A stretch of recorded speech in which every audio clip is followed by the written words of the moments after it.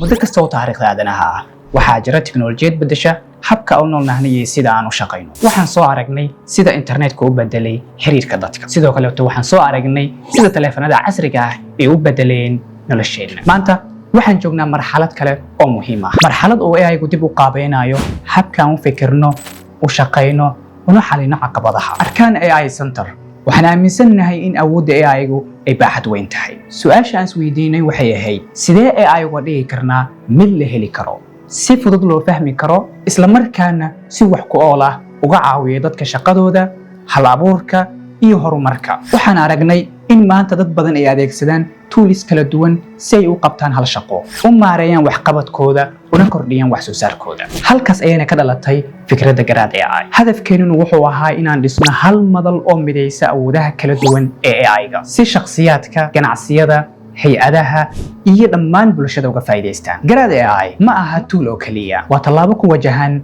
mustaqbal ay tiknoolajiyadu ka caawinayso in ay dadku u fikiraan si weyn, u shaqeeyaan si ka wanaagsan sidii hore, una abuurtaan fursado cusub. Tani waa aragtida ka dambaysa ahna sababtaan u dhisnay Garaad AI.